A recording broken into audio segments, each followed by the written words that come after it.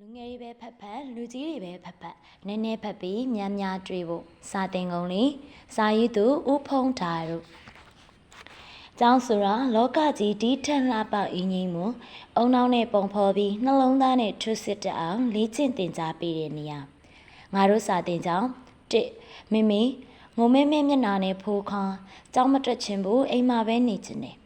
ဖိုးခါရဲ့မျက်နှာကိုကြည့်ပြီးမိခင်ဖြစ်သူမထီးသောစိတ်မကောင်းတားငယ်ဖိုးခါကဇန်နဝါရီလဖွာမိနစ်ကျောင်းဖွင့်ချိန်မှာအသက်က4နှစ်ခွဲကျောင်းထားခြင်းပေမဲ့အသက်မပြည့်ဒီနှစ်ကျောင်းဖွင့်ချိန်မှာအသက်5နှစ်ကျော်မိမိကိုယ်တိုင်သားကိုကျောင်းလိုက်ဖို့မှာပြီးရင်မိမိကိုယ်တိုင်လာကျွန်းမှာသားတငယ်ချင်းကြော်အောင်အခုဆိုရင်ကြပြရီရွတ်တက်နေပြီပုံဆဲတက်နေပြီပုံမြင်တွေလည်းပြောတက်နေပြီကျောင်းမှာသားတငယ်ချင်းတွေအများကြီးကျောင်းစာဖွင့်နေနေကျောင်းတက်ဖို့နှွေးဆိုးဆိုးနေတဲ့သားနဲ့ကျောင်းတက်စီခြင်းနဲ့အမေ6တခါမြူတလေကျောင်းတက်ဖို့စီးရုံးနေရတယ်။အမေကိုတပင်လေးပြန်လှည့်ရှိရင်ညက်ရည်ရှဲလေးနဲ့ကျောင်းဝင်းထဲဝင်သွားတဲ့သားမျက်စီတွေကမထက်နောက်တစ်နေ့နောက်တစ်ရက်နောက်2လ3လဖိုးခါကျောင်းတက်ရတာပြောလာပြီးကျောင်းကအပြန်တငယ်ချင်းတွေအကြောင်းပြပြရတာလေးနှုတ်သက်ရှာသက်ညစီညတိုင်းကိုအမွေရာနှုတ်အမွေရာအပြည့်နဲ့ကြပြရီစာတွေကိုရစ်ဆိုပြရတာလေးပြုံးလို့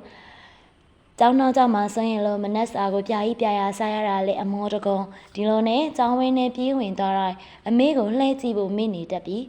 ဘာပဲဖြစ်ဖြစ်ဖိုးခါကိုကြည့်ပြီးမထေးတောင်းကျင်းနေတယ်နဲ့ဖိုးခါကအားကစားမှာထွေးကျွန်းနဲ့ဂီတနုပညာမှာပါရမီရှိတယ်။စာပေဖတ်မဲ့ရမှာဆက်စဉ်းစားတတ်တယ်။ဒါကြောင့်ကျောင်းမှာထွေးကျွန်းနဲ့လူချစ်လူခင်ပေါ်ရင်အရင်အိတ်ကန်ထဲမှာဖိုးခါရဲ့စွတ်တစိတ်တွေအပြည့်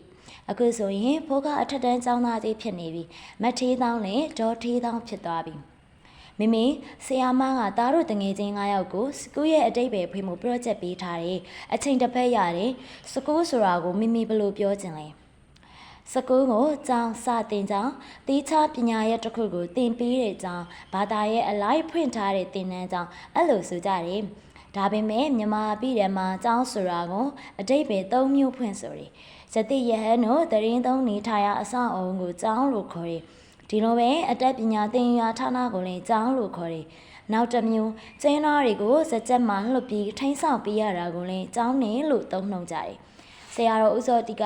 ဘဝကိုကျောင်းလို့အတိတ်ပဲဖွင့်တဲ့အနေနဲ့ဘဝဆိုတဲ့ကျောင်းဆိုပြီးဆုံးမဟောကြားတော်မူတဲ့အတွေ့အမြင်ဖွင့်ပေးတယ်။သားတို့တငယ်ချင်း9ယောက်ကစကူးဆိုတဲ့စလုံးမောင်းပေါ်မူတည်ပြီးတလုံးချင်းအတိတ်ပဲဖွင့်မှုဆုံးဖြတ်ထားကြတယ်။ကောင်းသားပဲ။သားကစကူးရဲ့က S ကို S for smart စုံစမ်းမအောင်။ကျောင်းနေတဲ့ကျောင်းတက်တယ်ဆိုတာ smart ကြတဲ့လူတစ်ယောက်ဖြစ်ဖို့ smart ကြတယ်ဆိုတာဘယ်လိုလဲကဲတကူရီတန်ရှင်းမှုရှိရာအဝေးအစားကိုသူ့နေရာနဲ့သူ့အချိန်ခါနဲ့သူတက်ရဲဝစ်စင်တက်တာစကားပြောဆိုရမှာနှုတ်အမွေအရာကိုယ်အမွေအရာစိတ်အမွေအရာယဉ်ကျေးသိမ်မှုရာပြောရှင်တက်ကြရှင်လန်းတဲ့အမွေအရာရှိတာကိုယုံကြည်မှုအပြည့်နဲ့ပေါင်းသင်းဆက်ဆံတတ်တာအဲ့ဒါစမတ်ကြတာပဲကျောင်းဆိုတာစမတ်ကြအောင်သင်ပေးတဲ့နေရာဟုတ်တယ်ကဲစီကံတကြနေတတ်တာလဲစမတ်အချိန်ကိုလေးစားတတ်တာလဲစမတ်ဒါပေမဲ့စမတ်ကြအောင်ကြိုးစားရင်စတိုင်များတာတော့မဖြစ်စေနဲ့နော်ဟုတ်ကဲ့ပါမမီဒါဆိုရင်စကူးတွေကဒုတိယစကလုံးဖြစ်တဲ့ C ကိုရော C for character ကဲရှင်းပြစမ်းမအောင်ဒါရဲ့ character ဆိုတာဇာရိတကိုချင်းစရိုင်းဝိသေသလက္ခဏာအရင်အချင်းဂုံတိတ်ခါဆက်ကအဲ့ဒီလိုအဓိပ္ပာယ်ရှိရင်ဟုတ်တယ်ကွဒါပြောတာမိမိလက်ခံနေကျောင်းဆိုတာလူတယောက်ရဲ့ဇာရိတကိုအကောင်းဆုံးဖြစ်အောင်ပြုစုပြောထောင်ပေးတဲ့နေရာလူတယောက်ရဲ့ဇာရိတဟာလူတယောက်ရဲ့ကိုချင်းစရိုက်ဖြစ်လာစေတယ်အဲ့ဒီကိုချင်းစရိုက်ဟာအဲ့ဒီလူရဲ့ဝိသေသလက္ခဏာပဲထင်ရှားတဲ့အပြုအမူပဲအဲ့ဒီအပြုအမူတွေကတဖြည်းဖြည်းနဲ့သူ့အရေးချင်းဖြစ်လာတယ်ကောင်းမြတ်တဲ့အရေးချင်းတွေစူးစီးထားရင်ကောင်းမြတ်တဲ့ဂုဏ်သိက္ခာနှိမ့်ချတဲ့အရေးချင်းတွေစူးစီးထားရင်နှိမ့်ချတဲ့ဂုဏ်သိက္ခာနောက်ဆုံးမှာအဲ့ဒီဂုဏ်သိက္ခာရဲ့အစုအပေါင်းကဇက်ကောင်ရဲ့ဇယိုက်ဖြစ်လာစေတယ်ဟုတ်တယ်မိမိဇက်ကောင်ရဲ့ဇယိုက်ဆိုတာကိုယ်တိုင်ပြုစုတဲ့ကိုယ်တမိုင်းမင်းတားရဲ့အဓိပ္ပာယ်ဖြစ်ဆိုမှုကိုမိမိသဘောတူတယ်အသွေးခေါ်ရှိတဲ့တားအတွက်ဒေါ်ထေးတောင်ကျင်းနဲ့နေမိကဲဒါဆိုရင်စကူးတွေကတတိယစလုံးဖြစ်တဲ့ H for honesty လို့ပြောရရင်ကောင်းမလား H for harmony လို့ပြောရရင်ကောင်းမလားနှစ်ခုစလုံးကောင်းတယ်ဒါပေမဲ့ harmony ကိုမမေကပိုကြိုက်တယ်ဘာလို့လဲမမေ honesty က Christ ထဲမှာပါသွားပြီ H for harmony ကပိုတင့်တော်တယ်ဟုတ်ကဲ့ ကျောင်းဆိုတာအယောင်သေးဆုံတဲ့ဥယျာဉ်ကြီးလူမျိုးပေါင်းစုံတိုင်းရင်းသားပေါင်းစုံအယောင်သေးပေါင်းစုံပါတယ်။ယုံကြည်ကိုးကွယ်မှုမတူညီသူတွေပါတယ်။ပြီးတော့ငွေကြေးနွမ်းပါသူငွေကြေးပေါ်များသူအရာရှိအရာခံသားသမီးတာမန်လှလုံလက်စားမိဘများရဲ့သားသမီးအဲ့ဒါတွေအားလုံးစုစည်းထားတဲ့နေရာဟုတ်တယ်မိမိတားတငယ်ချင်းစောတူဝါကကရင်နတ်မို့ဖောင်းကရှမ်းထလန်အောင်နိုင်ကချင်းမရဆန်နီကရခိုင်မင်းအွန်လိုင်းကမွန်ဟုတ်လားပြီးတော့သားတငယ်ချင်းဖြစ်ဖြူကခရစ်ယာန်ဘာသာကိုကိုးကွယ်တယ်တက်နိုင်ကအစ္စလမ်ဘာသာကိုကိုးကွယ်တယ်ဘိုးလာကဟိန္ဒူဘာသာဝင်သားကဗုဒ္ဓဘာသာနောက်ရောသားတငယ်ချင်းထွန်းနေအောင်ရဲ့အဖေကအရာရှိမိခိုင်ရဲ့အဖေကကျောင်းဆင်ရမိမိအောင်ရဲ့အဖေကဈေးသည်ဟုတ်တာပေါ့သားရဲ့သားဖေဖေဆိုရင်ကုမ္ပဏီဝင်နဲ့ကျောင်းဆိုတာအဲ့ဒီလိုမတူညီမှုတွေစုစည်းထားတဲ့နေရာအဲ့ဒီမတူညီမှုတွေကိုတဟဇာတာဖြစ်အောင်ညီညွတ်အောင်ငြိမ်းချမ်းအောင်လေ့ကျင့်သင်ကြားပေးရတဲ့နေရာဟာကြောင့်ဒါကြောင့် H for harmony ကပိုကောင်းနေဟုတ်တယ်နော်ကဲဒါဆိုရင်စကူရဲကစရုတ်တဆလုံး O ကျောင်းသားတွေဆိုတော့လေ့လာဖို့စူးစမ်းဖို့ဒါကြောင့် O for observationတားပြောတာမှန်နေပညာသင်ယူတဲ့ကျောင်းသားတွေဆိုတာအမိန့်နာခံတက်ဖို့မဟုတ်ဘူးစနစ်တကျတွေးဆတက်ဖို့ဉာဏ်ပညာအပေါ်အခြေခံနဲ့စင်ကြင်မှုပြုတက်ဖို့တယောက်နဲ့တယောက်လေးလေးစားစားငင်းခုန်တက်ဖို့